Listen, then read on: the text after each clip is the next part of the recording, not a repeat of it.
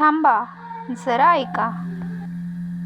आज एक असा प्रश्न घेऊन आले, जो प्रश्न अनेकांच्या आयुष्यात कधी ना कधी येतोच.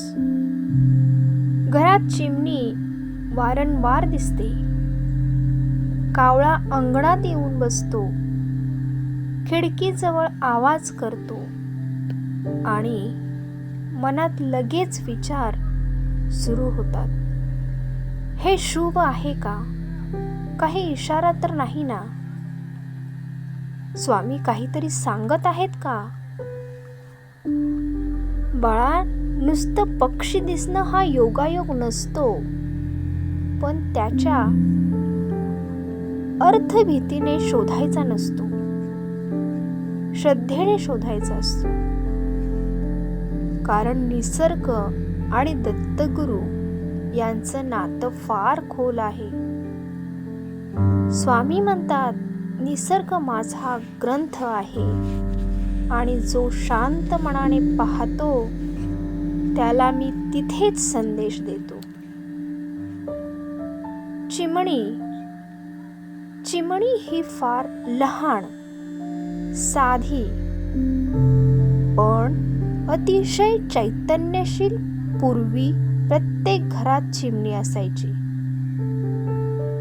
सकाळी तिचा किलबिलाट म्हणजे दिवसाची सुरुवात.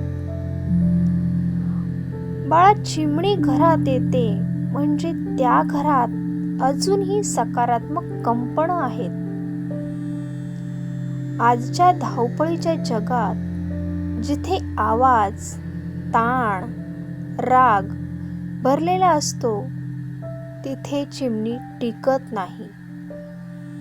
ती फक्त शांत, सौम्य, प्रेमळ ऊर्जेच्या ठिकाणीच वारंवार येते.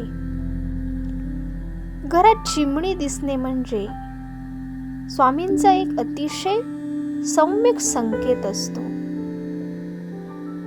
बाळा, तू जे आहेस ते पुरेसं आहे.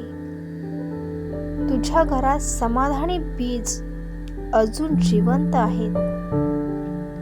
अनेक वेळा चिमणी अचानक घरात येते, थोडा वेळ इकडे तिकडे उडते आणि परत निघून जाते. त्या क्षणी मन शांत होतं का? जर होत असेल तर समज, ती भीती नाही, तो आशीर्वाद आहे. काही जण म्हणतात, चिमणी घरात आली म्हणजे काहीतरी होणार. पण बाळा, स्वामी सांगतात, भीती माणसाची असते, संकेत निसर्गाचा. चिमणी कधीही अपशकुन घेऊन येत नाही. ती नेहमी जीवन, सातत्य आणि छोट्या छोट्या आनंदाची आठवण करून देते. घरात आर्थिक ताण असेल, मनात चिंता असेल आणि त्या काळात चिमणी जर दिसू लागली, तर तो संदेश असा असतो की मोठं काही लगेच बदलणार नाही, पण छोट्या छोट्या गोष्टीमधून मार्ग निघेल. आता बाळा, कावळ्यांबद्दल बोलूयात. कारण कावळा आला की माणसाचं मन जरा घाबरतच. कारण कावळा म्हणजे फक्त पितृसंकेत, मृत्यू किंवा इशारा असं समजणं अर्धसत्य आहे. कावळा हा फार बुद्धिमान पक्षी आहे. तो जेव्हा वारंवार तुमच्या घराजवळ येतो, तेव्हा तो काहीतरी बदल झाल्याचं जाणवून देत असतो. कावळा घराच्या छतावर बसतो, आवाज करतो, खिडकी जवळ येतो, तेव्हा बाळा, स्वामी सांगतात, थांब थोडं, आता डोकाव, थांब थोडं, आत डोकाव. कधी कधी कावळा हा इशारा नसून जागृती असतो. आपण विसरलेले पूर्वज, न पूर्वी झालेले शब्द, न पूर्ण झालेले शब्द किंवा दुर्लक्षित जबाबदाऱ्या यांची आठवण करून देतो. म्हणूनच कावळा दिसला की लगेच घाबरायचं नाही, तर मनात म्हणा, दत्तगुरु, जर काही चुकत असेल तर मला सुधारण्याची बुद्धी द्या. कावळा वारंवार दिसतो आणि त्या काळात तुमचं मन अस्वस्थ आहे, घरात वाद आहेत किंवा निर्णय अडकलेले आहेत, तर तो संदेश असा असतो की काहीतरी प्रलंबित आहे, हे टाळून चालणार नाही. पण बाळा, लक्षात ठेव, कावळा म्हणजे शिक्षा नाही, तो म्हणजे सूचना. अनेक भक्त सांगतात, ज्या दिवशी त्यांनी मनापासून गुरुचरित्र वाचायला सुरुवात केली, त्या दिवसांमध्ये कावळा अचानक अंगणात दिसू लागला. हे का? कारण स्वामी म्हणतात, जिथे स्मरण सुरू होतं तिथे सगळ्या शक्ती हलायला लागतात. चिमणी आणि कावळा हे दोघे विरुद्ध नाहीत. चिमणी सांगते, जीवन चालू आहे, छोट्या गोष्टी जपा. कावळा सांगतो, विसरलेलं काहीतरी पूर्ण करा. एक सौम्य, एक गंभीर, दोघेही स्वामींच्याच दरबारातून आलेले. बाळा, काही लोक विचारतात, एकाच वेळी चिमणीही दिसते आणि कावळाही, तर काय अर्थ? स्वामी हसून म्हणतात, जिथे जीवन आहे तिथे आठवणही आहे. म्हणजे वर्तमान सांभाळताना भूतकाळ विसरू नकोस. पुढे जाताना मुळं तुटू देऊ नकोस. घरात हे पक्षी दिसले की काही विशेष करायचं का? तर हो बाळा, पण उपाय नव्हे, भाव. त्या दिवशी घर स्वच्छ ठेव, मन शांत ठेव, कुणाशी कठोर बोलू नकोस. शक्य असेल तर ओम श्री स्वामी समर्थ 3 वेळा मनात म्हण. एवढंच पुरेसं आहे. आणि लक्षात ठेव, स्वामींचे संकेत नेहमी भीती निर्माण करत नाहीत, ते दिशा देतात. भीती आपली असते, संदेश गुरूंचा असतो.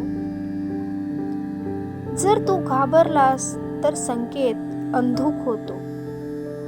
जर तू शांत राहिलास तर अर्थ स्पष्ट होतो. बाळा, आजच्या या धावपळीच्या काळात जिथे माणूस माणसाला पाहायला वेळ देत नाही, तिथे निसर्ग अजूनही आपल्याशी बोलतोय. चिमणी, कावळा, वारा, शांतता, हे सगळं स्वामींचंच बोलणं आहे. शेवटी स्वामी एकच सांगतात, बाळा, काही घडतंय म्हणून घाबरू नकोस. घडतंय म्हणजे जागा आहेस. घडतंय म्हणजे तू जागा आहेस. ज्याचं जीवन झोपलेलं असतं त्याला संकेत दिसतच नाहीत.